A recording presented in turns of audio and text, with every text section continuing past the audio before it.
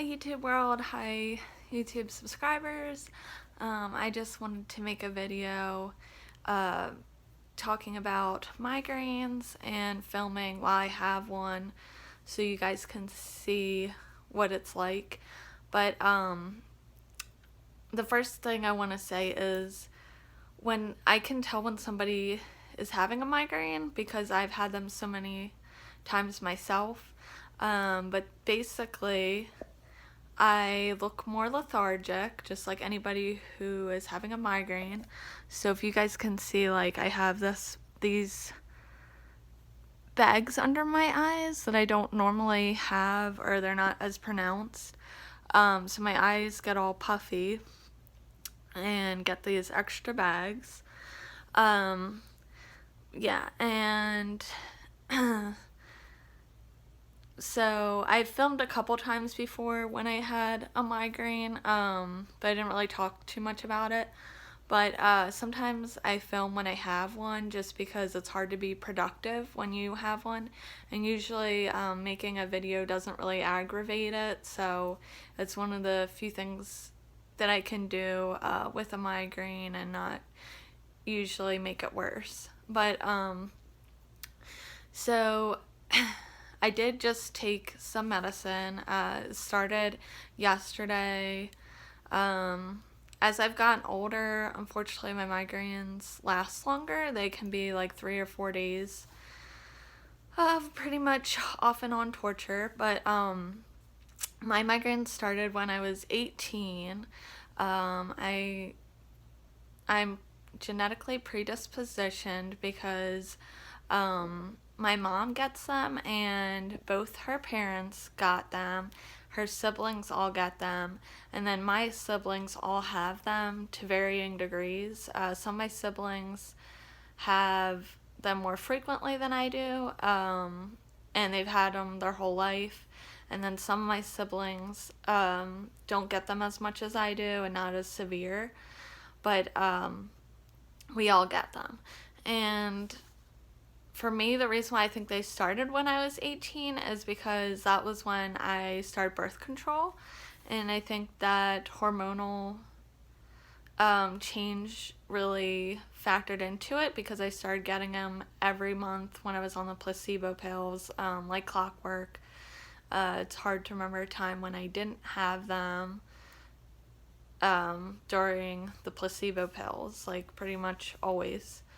And like guaranteed. Sometimes I'd have them not when I was doing the placebo pills, but for sure when I'd have the placebo pills as well, I would have them.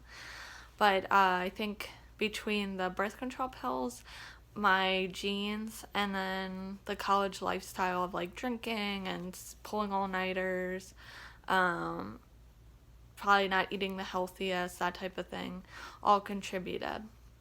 So I've had them for so long now because I'm almost 32. I now can tell when one is coming on. I would say I get them at least once a month. And the way I can tell is I get like a migraine aura. Like people with seizures, a lot of times I can tell when one is gonna come on. I can tell the same way with my migraines.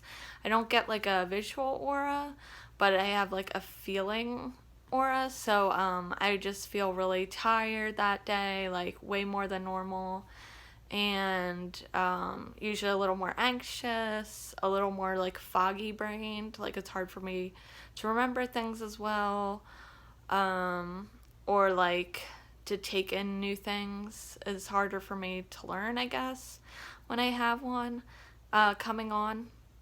And yeah, so I just feel a little off when I'm about to have one. Not that I can't like go to work or anything, but I can just tell, oh, I have one coming on. And usually it will start behind my right eye, just on the one side, but sometimes it will be my left eye, or it will go back and forth. And if it's a really bad one, I can feel it behind both of my eyes eventually. And it starts off as usually more like a dull throbbing, but then it will just continue in intensity until I literally can't do anything. Um, so it just keeps increasing and feeling like there's more pressure. And if I don't do something about it, it will just keep getting worse and worse. And all my senses become really heightened. I can't stand light. I can't stand music. Normally, or music or noise, sorry. And then normally, I can't smell very good, but when I have a migraine, everything becomes really noxious and offensive to me. And I don't like to be touched. Like, my pain tolerance gets really low when I have a migraine. So basically, I just want to be like in a dark room where it's all quiet and not be bothered. And since I've stopped birth control like a couple years ago, my migraines have been a lot better. But I think once you have migraines, it's just like a chronic illness, and I don't know that you can ever really be cured. So I still get them, not as often, but it's still like something I have to manage. But for anybody who doesn't know what migraines are, it's not just like a headache. It becomes, like I said, incapacitating, where you just want to be in a dark room and not be bothered. And that is completely opposite my personality. I am a go person. So it's really frustrating for me when I have a migraine, because I try to cram in as many things as I can get done in one day. So it's really upsetting. I think that's like the worst part of having a migraine is if I don't have to work or go to school, then I just sit home and I'm not productive. And there's like I feel like there's nothing I can do about it, and it like drives me insane. But anyway, yeah, so basically it just keeps building until I can't like do anything. Also, the pressure becomes so great that I'll like vomit, and I don't just vomit, I like projectile vomit when it gets really bad. I remember when I first started dating my husband, like when I would throw up, he would be like, "Oh my God, are you okay?" And I'm like, "Babe, you don't understand. I feel like a million times better after throwing up," which I know that sounds disgusting and everything, but when you have a migraine, the pain is so bad that throwing up feels good. And it's actually like a relief a lot of time when you do. That's how bad it is, because nobody likes throwing up. But when you're in that much pain, it actually usually feels better, I think, because it decreases some of the pressure that's going on in your brain, and it sends up like endorphins as well. And I think it just kind of decreases some of the blood flow to your brain. Again, just like decreases some of the pressure, which makes you feel better. But I don't like throwing up, even though I always feel better usually when I have a migraine, and I do. So I sometimes like just push it down. But yeah, throwing up actually feels better when you have a migraine. Some things I've done over the years, the best treatment for my migraines, other than stopping birth control, in my opinion, is caffeine. So it's kind of tricky though, because caffeine can cause like a withdrawal migraine. If I just stop drinking coffee one day, I will for sure get a migraine. But I do drink coffee every day anyways, so that's not usually a problem for me anymore. But yeah, so if I feel migraine coming on, what I do is I start drinking coffee, And if that doesn't work to stop the migraine, then once it starts getting to be like a 5 out of 10 in pain, I know I have to take pain medicine, because I used to think, oh, if I just tough it out, my body will get over it, and that's like a terrible like approach to pain in general, because you shouldn't be toughing out pain, because then it will get to that point where you can't come back down from it, and the same amount of pain medicine won't work anymore. And I've learned that in nursing school, but I learned that even before, because I started realizing my pain was getting so bad and out of control that I needed to manage it better. So when my pain gets a 5 out of 10, I'll start taking pain medicine, and then just continue to drink caffeine. And other things I do too is kind of try to shock my body. Like I might go get fast food if I don't because I don't normally eat a lot of fast food, or I'll try whatever, like just to shock my body. I'll go eat like a ton of food, or I won't eat, because I'm normally very nauseous when I have a migraine, which is part of the reason why I like projectile vomit. But anyway, so and just being honest, so I maybe won't eat for like a long time to try and shock my body, or I'll go to the gym, or I'll just do whatever. Anybody who suffers from migraines know that you will like try anything to get it to stop. Yeah, but even though I've tried so many different things, usually the best thing is just shocking my body with caffeine, and like an insane amount. So I'll do that, and then obviously if the pain gets too bad, then I know I have to take migraine medicine. And what works best for me is Excedrin migraine formula. But I've also done just like the store-bought brand. As long as it says migraine formula, it probably has similar ingredients. Excedrin migraine formula I feel like is the best, and that's what my brother uses as well. But the store-bought version of migraine formula is usually pretty good too. I've tried Advil and stuff and ibuprofen. It doesn't really do anything for me. And for some people, the opposite is true. Like Tylenol works really well for them, but Advil doesn't do anything for them, and that's because they're two different pathways of medicine. So if Tylenol doesn't work good for you, then Excedrin probably won't work good for you either. But for me, Tylenol and Excedrin work good for me. So that's what I try to stick to. But some people, they probably need the Advil or ibuprofen. Like if Tylenol isn't working for you, then I suggest you try something more like that.